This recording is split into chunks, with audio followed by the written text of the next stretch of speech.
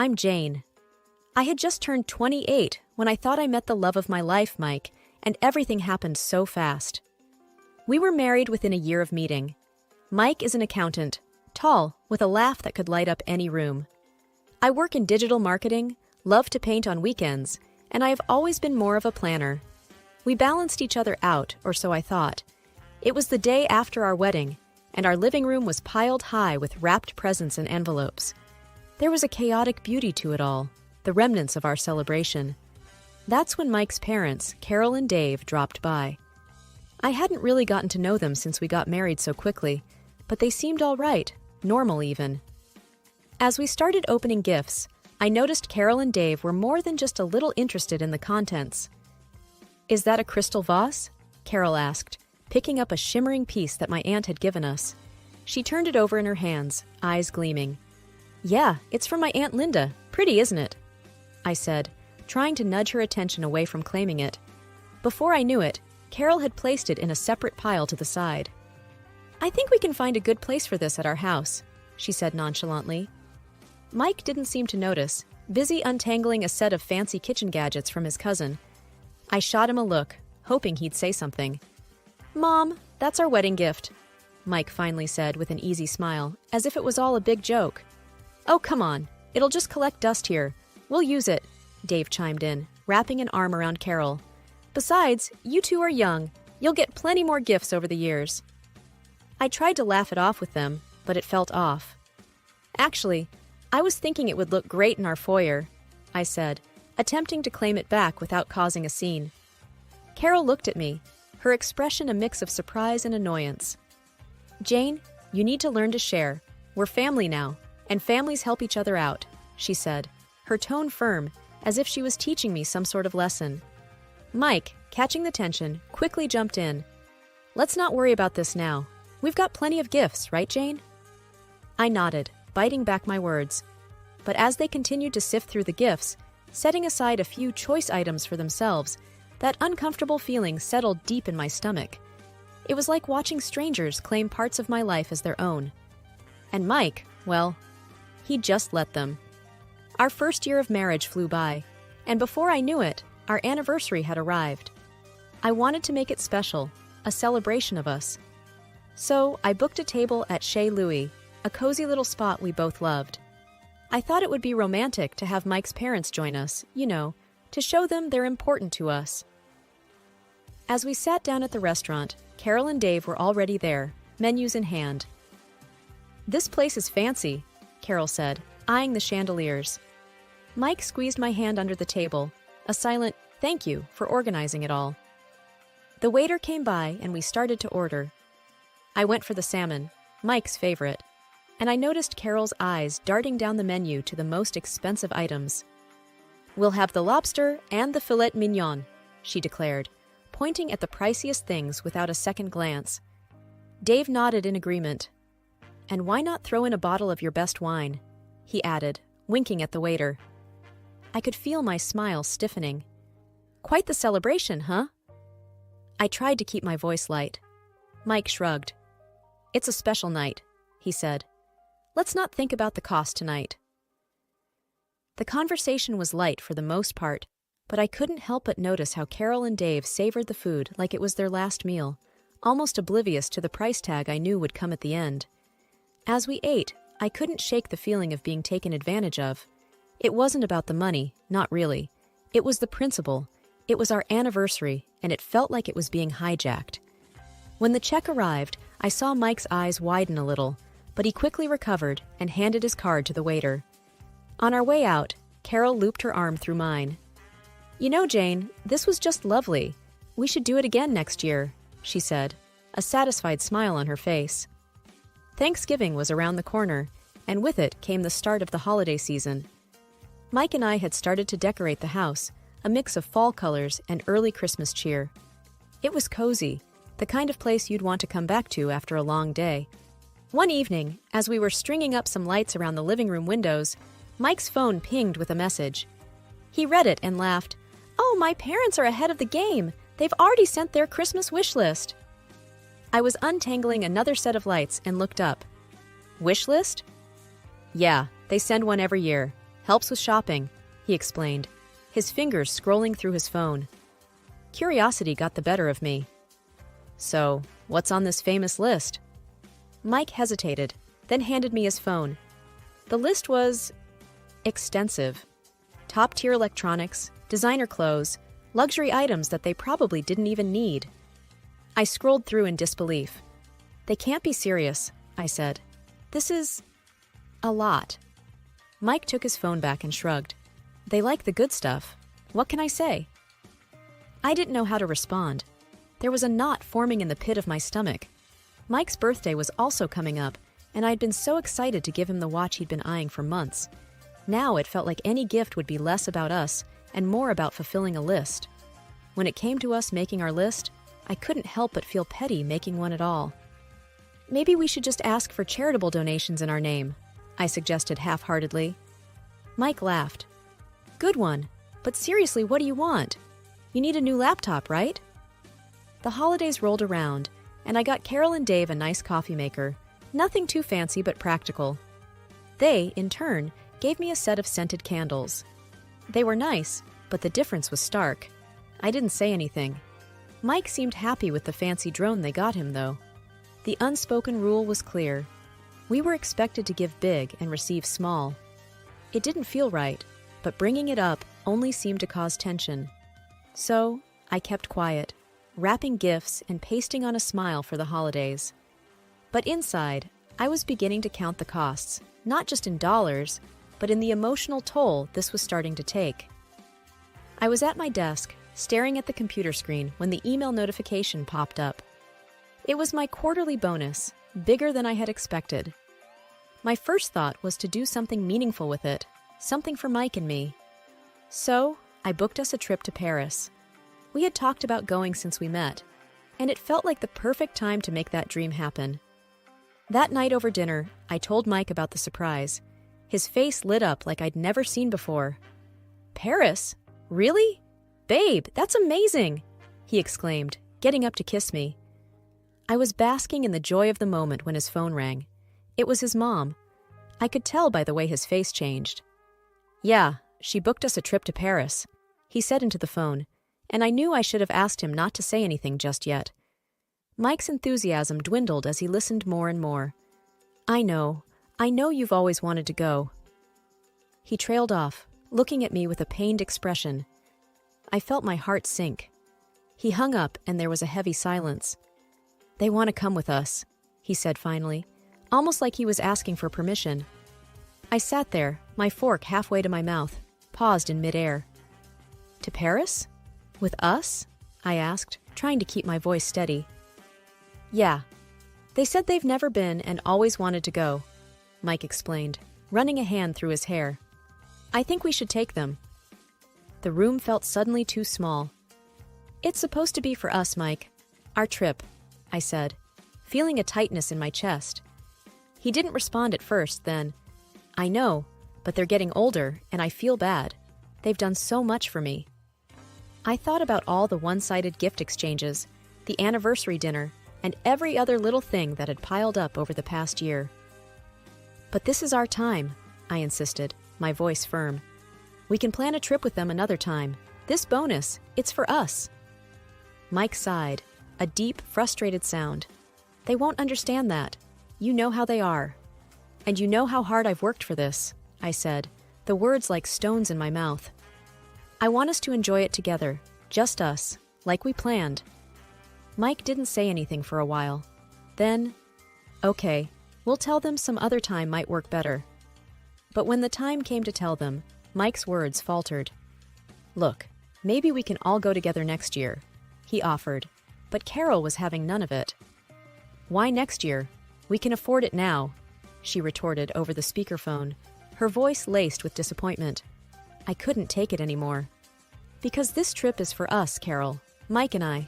We need this time together, I said, unable to hide my frustration.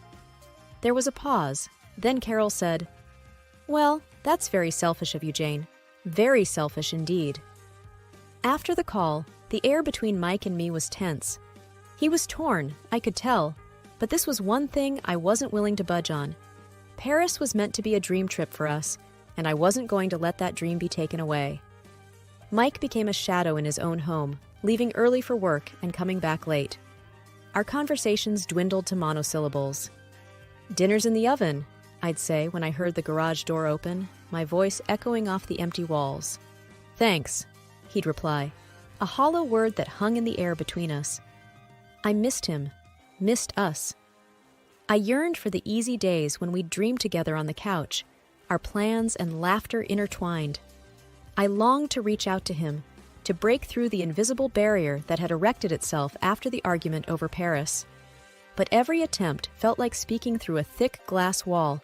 I could see him, but I couldn't reach him. One particularly hard evening, I sat at the dinner table across from Mike, the sound of his fork against the plate drilling into the silence. I cleared my throat. "Mike, this can't go on," I started, my voice barely above a whisper, fearful of shattering the fragile peace. "We need to talk about what happened. We can't let this silence be the new normal for us." Mike continued to eat, his expression unreadable. Then he set down his fork, a sign that I had his attention, even if just for a moment. "What do you want me to say, Jane?" he asked, a hint of weariness seeping through. "I want to understand why you're taking this so hard, why it feels like you're choosing them over me," I replied, the hurt evident in my tone. He sighed, his hands folded in front of him. "They're my parents, Jane. They've been hoping to go to Paris their whole lives." "And what about what we've been hoping for? Our plans? Our dreams?" My own frustration started to bubble up, words becoming more pointed, desperate to bridge the gap between us. Mike ran a hand through his hair, a gesture of exasperation I'd come to recognize. I know," he said, and for a moment, I saw the flicker of the man I married, conflicted and torn, but not indifferent. "It's just, they've always been there for me. I feel obligated, you know." "But where does that leave us, Mike?" I pressed, leaning forward, trying to catch his eye. "What about our marriage?" He didn't respond right away, and in that pause, I felt a wave of fear. Fear that maybe we weren't as solid as I had believed, that maybe the foundation we had built was less rock and more sand, easily eroded by the steady tide of his parents' needs and wants. "It's supposed to be us against the world, Mike, not me against you and them," I said quietly, my voice steady despite the emotion welling up inside me. He looked at me then, really looked at me, and I could see the conflict warring within him. "I know, Jane. I just don't know how to make everyone happy." "That's just it," I said, a sudden clarity washing over me. We can't always make everyone happy. But we made vows to each other, Mike. Doesn't that count for something?" He nodded slowly, his gaze lingering on the table before finding mine. "It does. It counts for a lot."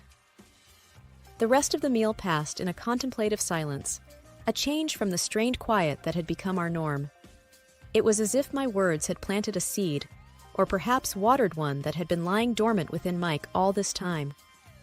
The morning sun poured in through the windows, but the warmth it usually brought seemed to have no place in our home today.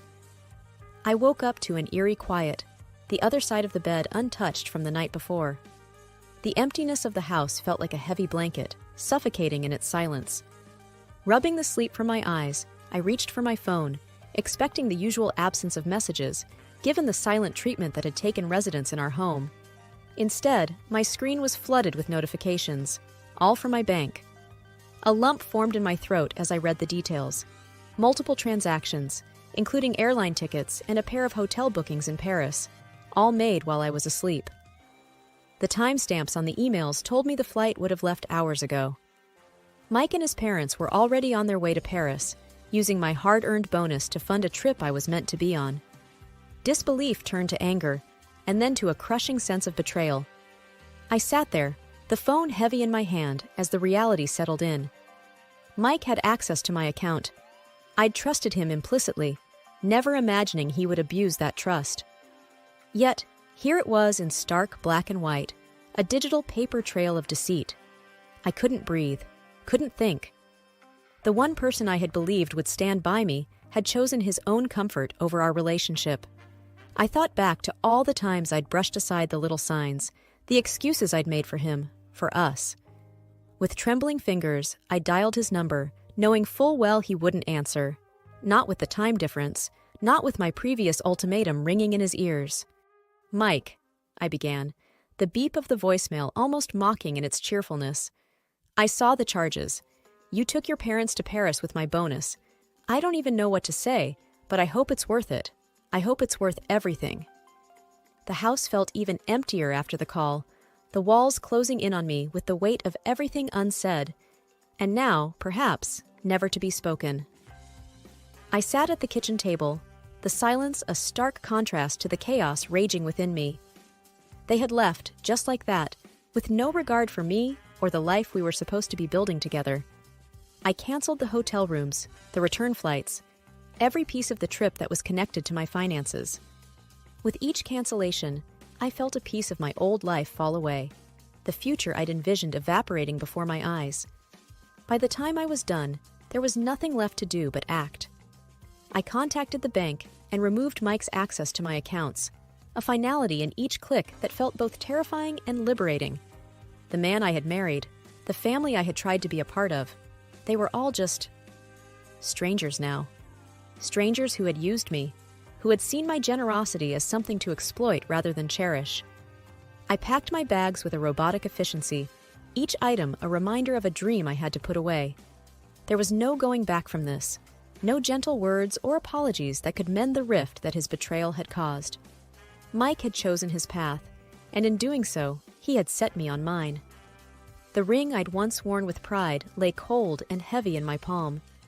I set it down on the counter, its sparkle mocking in the morning light, and with one last look at the life I was leaving behind, I closed the door on the house that was never truly a home. It was late afternoon when I finally left the house. My car was packed with clothes and essentials, a stark reminder of the sudden turn my life had taken. As I drove, the messages began to flood in. One from Mike, several from his mother. I pulled over to read them, knowing they'd only fuel the fire of my resolve. Mike's message read, "Jane, please, we need to talk about this. Can't we just discuss it?" His words seemed hollow, almost insulting in their simplicity. I started to type a response, then stopped. No words would bridge the chasm between us. His mother's messages were a mix of confusion and anger.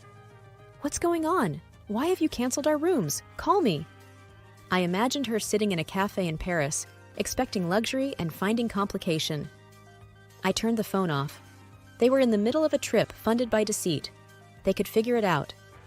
My first stop was the bank. I needed to ensure my finances were completely secure. The bank manager, a middle-aged woman with a gentle face, greeted me. "I need to make sure all my accounts are locked down. My husband, he won't have access anymore," I explained, my voice steady despite the emotion I felt. "Of course," she nodded, offering a sympathetic smile. "Let's make sure you're protected." By the time I left the bank, my accounts were secure, and a new sense of determination settled within me. I drove to my sister's house, the only place I felt I could go. She opened the door before I could even knock. "Jane, I've been so worried," she said, pulling me into a hug. I allowed myself a moment to just be held, to let the reality of my situation be shared. "I can't believe he would do this to you," she said as we sat down at her kitchen table. "You deserve so much better." I nodded, swallowing hard against the lump in my throat. "I do, and that's why I'm not going back. I've canceled everything. I've left the house. I'm done, Sarah." She reached across the table, squeezing my hand. "Good for you. What's your plan now?" I looked around the familiar room, feeling the first twinge of relief. "I'm not sure yet, but I'm starting with a divorce. I can't stay married to someone who has so little respect for me." Sarah's face was a mixture of anger and pride. "I'll support you however I can. Do you need a lawyer?" "I'll find one," I said, my voice growing firmer with each word. "I need someone who doesn't know Mike or his family. I need this cut clean." The conversation shifted as Sarah helped me unpack my car and make plans for the next few days. There was a strange comfort in the mundane tasks, a grounding in the midst of chaos. I was standing in the kitchen at my sister's house, a mug of coffee warming my hands when my phone vibrated with a persistence that felt all too familiar. It was Mike, again. "Jane, we need to talk. I'm sorry, I miss you, and I think we can work things out." His text read, a mixture of apology and plea. I sighed, the same rehearsed, "I'm sorry," becoming a threadbare blanket that no longer provided comfort or warmth. "Not this time, Mike," I muttered under my breath, typing a response that left no room for ambiguity. "There's nothing left to discuss. Please respect my decision." I could almost hear the desperation in the silence that followed, but it wasn't enough to make me reconsider. Not anymore. My resolve was tested further when, a few days later, Mike's parents made a dramatic appearance at my sister's doorstep. Their faces were twisted in anger as they barged past Sarah, who stood wide-eyed at the door. "You've got some nerve, Jane," his mother exclaimed, her voice shrill. "You ruined our family vacation. You're just a greedy, selfish woman." Sarah stepped between us, her stance protective. "That's enough! You're not going to come into my house and insult my sister." The argument escalated until the neighbors peeked out of their windows, and I was sure someone would call the police. It ended with Sarah threatening to do just that if they didn't leave. Their departure left a sour air that lingered long after they were gone. But amidst the chaos, a realization settled within me. I was truly done. The divorce process was a cold, legal ballet, and I danced my part, signing papers and nodding through explanations of settlements and divisions. But with each stroke of the pen, I felt a chain breaking, a tether loosening. And then it was over. I stood outside the courthouse, a free woman. The air was crisp, a gentle wind playing with the loose strands of my hair. Sarah hugged me tight, her support unwavering. "You did it, Jane," she whispered, pride evident in her voice. I had done it. I had stood up to the selfishness that tried to claim me, stood firm against the manipulation that sought to keep me bound. I turned away from the courthouse, away from a past that no longer held me. The messages from Mike continued for a while, a mix of apologies, bargaining, and eventually anger. But they went unread, floating in the digital void as I moved forward with my life. The apartment I rented was small, but bathed in sunlight. I filled it with plants, books, and new memories. I went back to school, enrolling in classes that fueled a passion for learning that I'd neglected. And one quiet evening, as I sat on my little balcony, a cup of tea in hand, I deleted Mike's number from my phone. I was free. Free to heal, free to grow, and most importantly, free to be unapologetically me.